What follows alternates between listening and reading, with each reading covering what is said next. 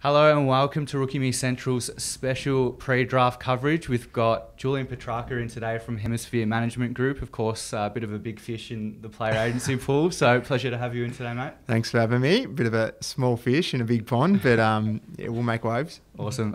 Well, yeah, of course, you've got a lot of key players at the top end of the draft under your group, so keen to get chatting about that. But in terms of your day-to-day and week-to-week at the moment, only less than a week out to the draft, I guess run us through what that's like for you. Yeah, it's pretty busy at the moment. It's more just touching base with all the boys and their families, just reassuring them, providing them some advice around a bit of club feedback, making sure that they enjoy the build-up. It is, I understand it, obviously being through it with my family, it is daunting, it is nervous, and you experience a few emotions, but just to keep your mind occupied, and because a lot of the boys have finished exams now as well, It's kind of like, what are they doing sitting at home? They're not at schoolies, but our role, mate, is just for the welfare and support and just preparing them around what could happen next week. Yeah, and obviously you touched on your sort of family connection to the top level with Christian, so what was the sort of timeline and journey like for you in terms of getting into this space,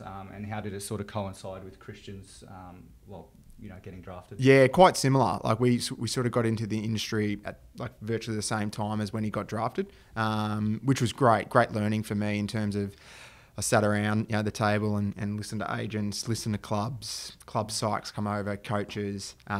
So I've experienced it a lot from a family perspective, and having gone through the draft, and when your name gets read out, when he debuts, when he plays, when he gets injured, all those things I've sort of experienced from a behind the scenes and as a brother, and then being an agent, I can sort of pass that on to a lot of my players and their families of what potentially could happen around certain situations, and it's probably one of my assets as an agent. Yeah, absolutely.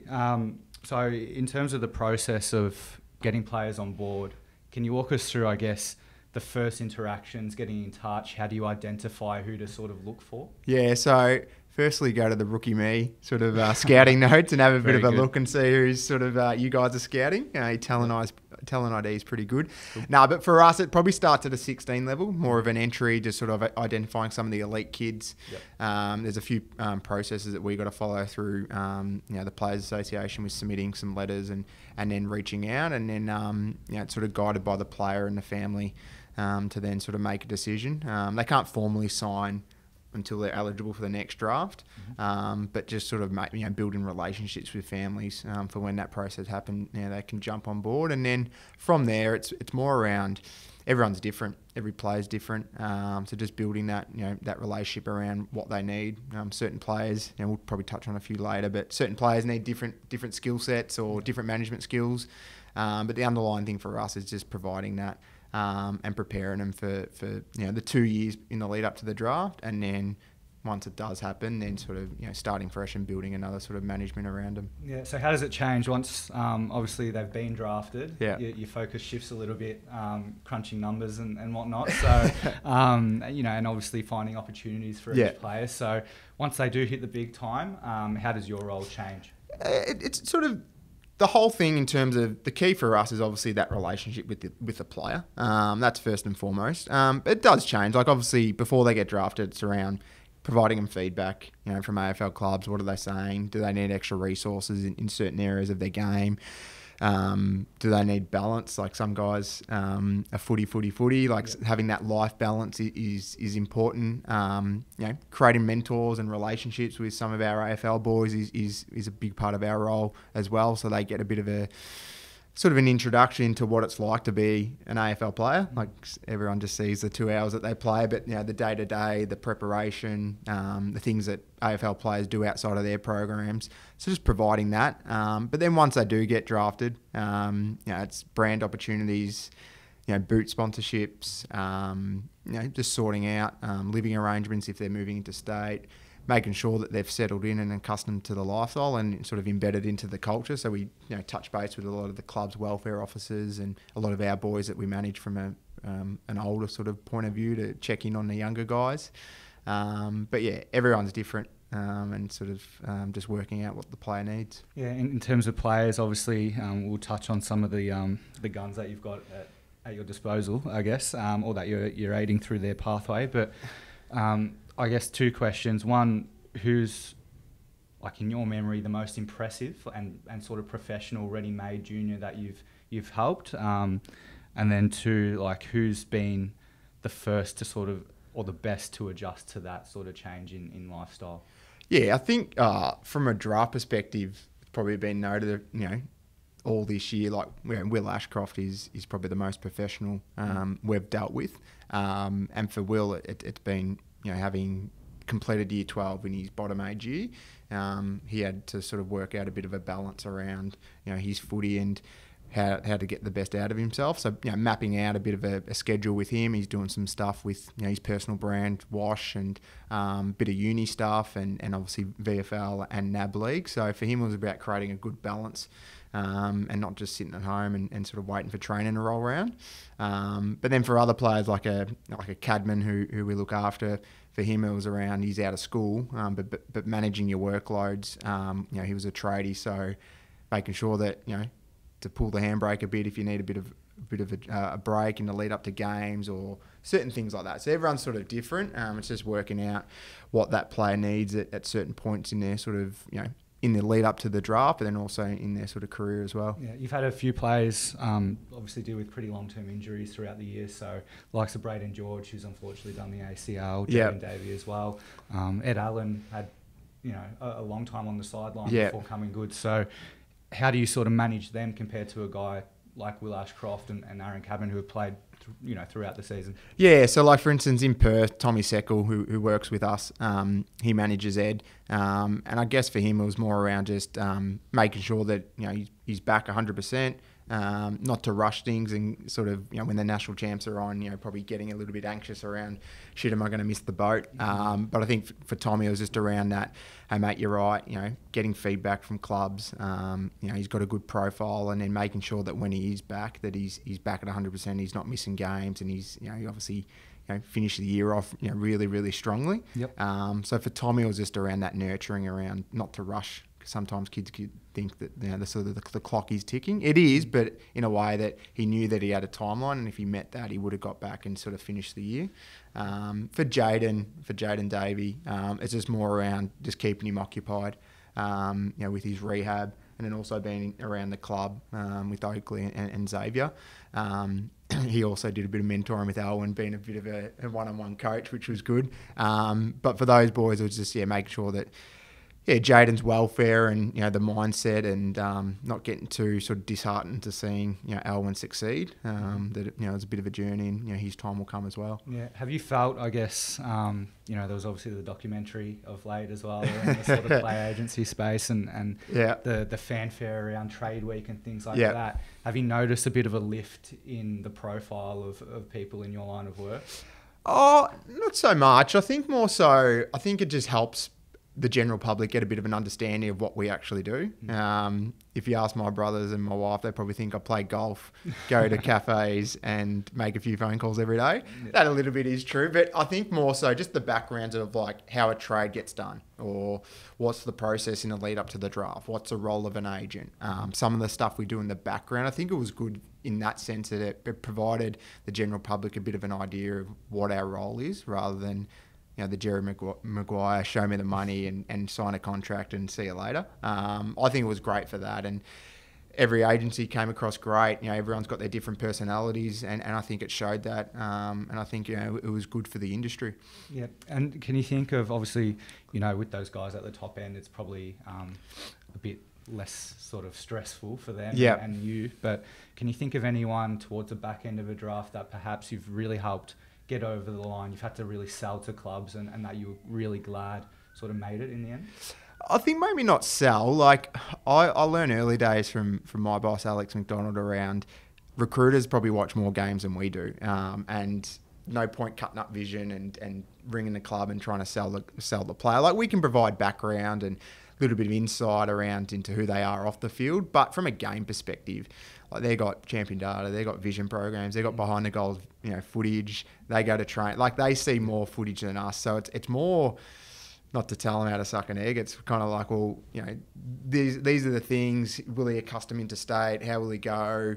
Just little things around that stuff. But at the end of the day, it's up to the club's got their decision. And I always say to the boys, like, it's a small percentage get drafted. Out of the thousands of people that nominate, this year's probably looking between 55 and 60 picks. Like that's. It's pretty small when you think about it. Just to be in that sort of, that group is, it's bloody hard. Yeah, the go home factor's a pretty big one at the moment. It's a bit of a talking point. Yeah. And obviously you've got Aaron Cadman, who seems not to have that and has GWS interested. Even a guy like Charlie Clark, for example, perhaps in the same boat. So is that something that you sound out in each individual athlete pretty early on, and is that then something that you think plays to their advantage come draft time? A little bit. I think it's each of their own. Like the boys at the top maybe are fortunate to sort of let their intentions know, but I think I've been sort of really fortunate with the boys I've managed over the years in that they're just grateful at getting an opportunity. So I think I haven't dealt with that. I think it's a good thing. I think it is a national competition as well. And obviously the clubs, every club does it great in terms of their resources and the welfare and the management of the younger boys, that it's not as daunting as some think. We always use the example to a lot of our boys that 4 or 5 years ago, Caleb Sarong, we had a bit of a draft event the night before the draft, and we had a bit of an inkling that Freo were going to take him, and we sat around and asked the boys, where wouldn't you want to go, as a bit of a joke. And, Caleb said, Freo. And then next night we're like, Freo read him out. But, looking back on it, it was great for him. Fifey picked him up from the airport, lived with him, just learnt the professionalism of an elite athlete. And now he's purchased a house and he's got a partner over there and loves it. So it can quickly change. But I get it. And our role there is just that welfare and making sure that they're fitting in, and making sure that the club knows that there might be some homesickness or some daunting experience for the boys. But like I said before, a lot of the clubs are great in that they really nurture them in that sort of first 12 months to make sure that they get accustomed to the lifestyle. And has there been any competition internally between some of the boys, like with obviously where they're ranked, where they're tipped to go? Because you've got probably the number 1 and 2. So does Ashy sort of say to Aaron, you're lunch here, or? I'd probably say no. They've met through us and through a few of the events. I think both boys, they're both humble. Like they know that they're getting taken, which is a great thing. They've sort of said like, I couldn't picture some of our mates that going through the draft and maybe not knowing of what's going to happen. And they said, both of them have said, like, whether it's 1 or 2, I think once you get to a club, they're just ready to get to work. They're both hard workers, and I think they're both ready to go to that next level. So I think the number for them will be a thing for maybe 24, 48 hours. But I reckon once they hit the training track, they'll realise that they're the small fish again, and they've got to build themselves up. So for us, that's part of our role as well, making sure that it's not a title. Be grateful that you get drafted, and then the hard work really starts. Yeah, and in terms of like mentors, and I think you touched on it earlier, but have you been able to sort of utilise people like your brother and maybe a few of his mates at the top level to obviously give that visual and maybe sort of get into the head of these players, the sort of professionalism required? Yeah, definitely. From a management point of view, we try and if the players, like as in the younger boys, need any access to our AFL boys, they're the best advocates. Like we can, as agents, we can provide the advice and do everything and tell them what to do and how clubs sort of go about their things. But a lot of our AFL boys really like mentoring the younger boys. So for Cads this year, it was around playing a key forward for the first time. So we got him in touch with Jezza Cameron, and Jezza was happy to have coffee with him, and it's got to be the right fit as well. And Jezza and Cads are very similar in personalities, quite laid back, but they work hard.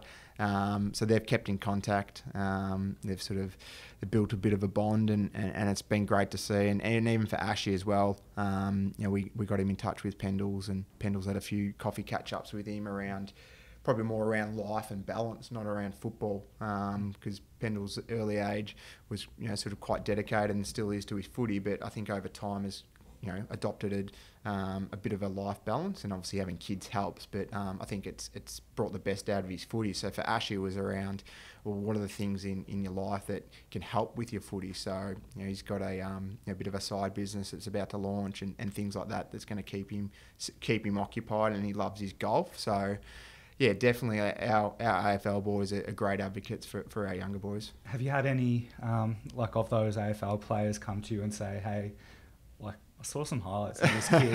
Do you reckon you can get him over the line to our club? It was funny. We had a draft. Like a hemisphere player event a couple of weeks ago, where we got all our AFL boys in, and a few of the interstaters and a few of the Giants boys came in, and a few beers in, they were asking me about Cads and what's he's like, and is he going to come to us? And I kind of hosed it down. So if he does, I think he'll be great, for that club. And some of the boys, I think I'm starting to see a lot of the boys that we manage from a younger perspective, because they know a lot of the younger boys through private schools or through NAB League or APS. They tend to follow them. Some of the boys do hit us up. Mm-hmm. Yeah. Do you have any stories, just to finish off, about maybe something that these athletes have done outside of footy that recruiters have fallen in love with? Because we're hearing, a guy like Bailey Humphrey, for example. Yeah. He's an enormously good character off the field. So is there anything that you sort of like to, I guess, plug the players for, or anything like that? Yeah, one that comes to mind last pre-season was Charlie Clark. So Charlie is probably new to the Dragons program and played a few games late last year as a 17-year-old, but applied his trade at Port Melbourne Colts. And Charlie probably wasn't in the elite program, but he's a hard worker. And for him, it was around his endurance. His boss's son actually, I think, competed or tried out for the Olympics for running. So Charlie got his 2K down from, I think, 7:30 to 6:17. So quite for good. Us, we inform clubs of some of the stuff that the boys do in the background. Just little snippets like that. Letting clubs know, Aaron Cadman's a tradie. Will's finished school. Just snippets so that they can start building a profile around the boys. And then at the end of the day, their footy has to do the talking as well. We can provide as much background, but if they're not putting on the runs on the board, they're not going to sort of be in the eyes of the beholder. So, that's a bit about our role in terms of the background stuff. Awesome. And just on you as a footballer, handy? Nah, not great. Nah, I happily retired round one this year. I played out in the Eastern Footy League for a number of years, and then finished my career at Whitefriars in the amateurs. And when I played 2.5 games in 2 years, my wife happily said, "No, that's enough." I broke my collarbone this year, and I thought, there's more to life than running around in D1 and trying to train. And when I got 2 kids at home, mate, priorities quickly get shifted. But for our role as well, I sort of thought, I'm at a point now where work's going really good, and in terms of want to make that a bit of a focus for me for the next number of years. So happily retired, and I'm happy to sit back and provide a bit of feedback to the boys. Awesome. So obviously we've touched on a couple of names that you've got at Hemisphere Management Group, but do you want to run through maybe a few more that you're hoping to get on the board? Yeah, definitely. Yeah, it should be a good crop this year, which is exciting. Obviously you've got Cadman and Ashcroft at the top end, and then we've got Ollie Hollands, who's been invited to the draft as well. Dave Trotter from our office looks after him, which is the brother of Elijah. And then from there we've got a few guys that probably sit in that sort of 10 to sort of 30 bracket, and obviously things can change, but we're expecting a few of those boys like Ed Allen from WA, who Tommy Seckle looks after, Braden George, Jacob Constanti, Henry Huswaite, Charlie Clark, one of my favourites. Darcy Jones as well. Darcy Jones, Tommy's man, and did well at the combine with the helmet as well. Mm-hmm. Gets noticed a bit. Obviously, Alwyn Davey, and where that bid comes, they're probably a few at the sort of the top end, and then after that, it's a bit of a lottery, but hopefully get a few more, and fingers crossed. Awesome. Yeah, we're going to feature pretty heavily at the top end, so it's always exciting. Obviously all the best to your boys, and we wish you well, and thanks for coming in. No, thank you for having me. It's a pleasure. Awesome. Well, stay tuned to Rookie Me Central. We'll have plenty more content in the lead up to the draft. We'll catch you then.